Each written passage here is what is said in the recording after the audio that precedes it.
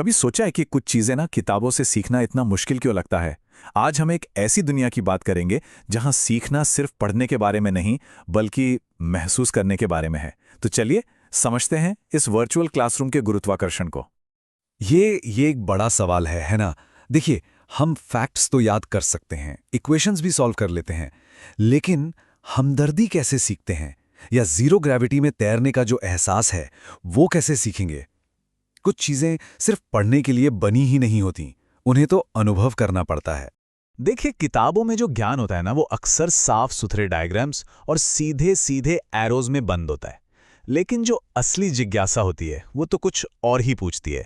जैसे एस्ट्रोनॉट सोते कैसे होंगे, या वो पढ़ने के लिए बैठते कहाँ हैं, और उस जगह पर रहना कैसा लगता होगा जहां ऊपर और नीचे जैसा कुछ होता ही नहीं है।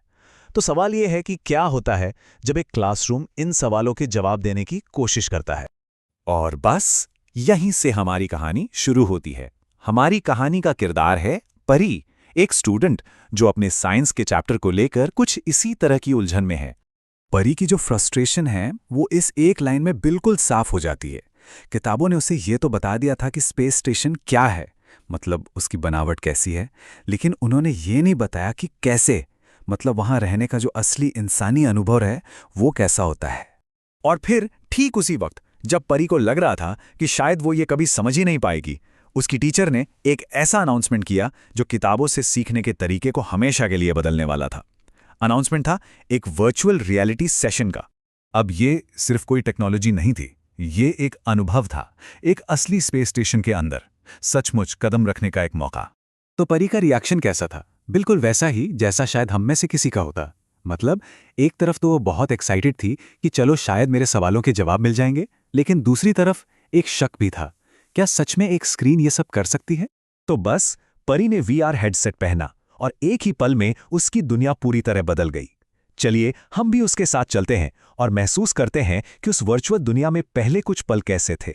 जरा सोचिए, आप अचानक एक तंग से कॉरिडोर में तैर रहे हैं। चारों तरफ पैनल्स हैं, तारे हैं और धीमी धीमी लाइट्स जल रही हैं। ये था परी का पहला एहसास। फिर उसने देखा कि एक एस्ट्रोनॉट पास से गुजरा, लेकिन वो चल नहीं रहा था, वो तो बस एक दीवार को हल्के से पुश करके आगे बढ़ रहा था। जीरो ग्रेविटी में मूवमेंट कुछ ऐसी ही होती है। और जो सबसे हैरान करने वाली चीज थी वो ये कि वहां कुछ भी वैसा नहीं था जैसा हम जमीन पर देखते हैं। छत पर केबल्स और इक्विपमेंट लगे थे, नीचे की तरफ देखने पर एक और मॉड्यूल दिखाई दे रहा था, और एक लैपटॉप हवा में तैर रहा था जिसे बस कुछ पट्टियों ने रोक रखा था। तो जाहिर है शुरुआत में परी थोड़ी कंफ्यूज हो गई। जब ऊपर और नीचे का कोई मतलब हो ही ना हो तो कोई अपनी नजरें टिकाए भी तो कहाँ टिकाए, ये समझना ही मुश्किल हो जाता है।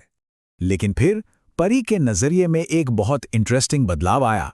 जो चीज उसे पहले सिर्फ कंफ्यूजिंग लग रही थी, अब वो उसे एक पजल की तरह देखने लगी जिसे उसे सॉल्व करना था। चलिए देखते हैं कि ये कैसे हुआ।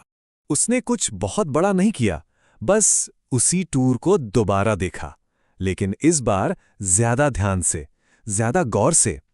कभी कभी है ना, गहरी समझ बस एक बार और ध्यान से देखने से ही आ जाती है। और इस बार उसे वो छोटी छोटी चीजें दिखाई दी जो पहली बार में नजर ही नहीं आई थीं। जैसे कि नोटबुक्स को क्लिप से पकड़ा हुआ है। काम करते वक्त एस्ट्रोनॉट्स अपने पैरों को लूप्स में फंसा लेते हैं ताकि वो एक जगह टिके रहें। और हर चीज की, हर छोटी बड़ी चीज की एक अपनी तय जगह है ताकि वो इधर उधर तैरती ना फिरे। और बस इसी एक एहसास ने सब कुछ बदल दिया। जो स्पेस स्टेशन पहले उसे अजीब और बिखरा हुआ लग रहा था, अब वो उसे बहुत ही ऑर्गेनाइज्ड, बहुत ही सोच समझकर डिजाइन किया हुआ लगा। उसे समझ आया कि यहां हर चीज का एक कारण है, एक मकसद है। और फिर वो पल आया जब उसने एक गोल खिड़की से बाहर देखा। नीचे हमारी अपनी धरती नीली और शांत दिखाई दे रही थी। उस एक नज़ारे ने उसके पूरे अनुभव को जैसे एक नया मतलब दे दिया। तो यहाँ पे जो जरूरी बात है वो ये है कि अनुभव से सिर्फ जानकारी नहीं मिलती, ये आपकी क्रिएटिविटी को भी जगाता है। तो अब देखते हैं कि परी ने अपने इस नए एक्सपीरियंस को इस्तेमाल कैसे किया। अगले दिन क्लास में टीचर ने सबको एक चैलेंज दिया। उन्होंने कहा, जरा सोचो और कल्पना करो कि स्पेस में पढ़ाई करना कैसा होगा।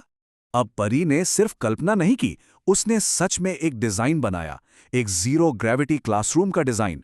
उसमें फ्लोटिंग बोर्ड्स थे, हर दीवार के पास पकड़ने के लिए हैंड होल्ड्स थे, ऐसी डेस्क थी जो काम के बाद फोल्ड हो जाती। उसने तो ये भी लिखा कि कैसे कोई खिड़की के पास धीरे धीरे तैरते हुए अपना होमवर्क भी कर सकता है। ये जो पूरी जर्नी थी ना, ये स्लाइड उसका एक बेहतरीन सार है। पहले क्या था, स्पेस एक दूर का किताबी कॉन्सेप्ट था, और बाद में वो एक ऐसी जगह बन गया जिसकी वो साफ साफ कल्पना कर सकती थी। पहले उसके मन में सिर्फ सवाल थे, बाद में उसके पास क्रिएटिव सॉल्यूशंस थे। पहले कंफ्यूजन था, और अब एक गहरी, ना खत्म होने वाली जिज्ञासा थी। और सबसे जरूरी बात पता है क्या है? ये जो नया एहसास था, ये सिर्फ उस एक दिन के लिए नहीं था। उसके अंदर अब एक ऐसी जिज्ञासा बैठ गई थी जो शांत थी और गहरी थी। तो आखिर में ये कहानी हमें एक बहुत ज़रूरी बात सिखाती है कि असली समझ जो है ना, वह सिर्फ पढ़ने से नहीं आती। वो आती है ध्यान से देखने से, महसूस करने से, और एक एक छोटी छोटी ऑब्जर्वेशन को आपस में जोड़ने से। तो ये पूरी कहानी हमें एक बहुत ही दिलचस्प सवाल के साथ छोड़ जाती है। अगला ऐसा कौन सा मुश्किल कॉन्सेप्ट है, चाहे वो इतिहास का कोई लम्हा हो, बायोलॉजी का कोई प्रोसेस हो, या मैथ्स का कोई थ्योरम, जिसे सिर्फ पढ़ने के बजाय एक स्क्रीन हमें सच में महसूस करने और समझने में मदद कर सकती है? जरा सोचिए।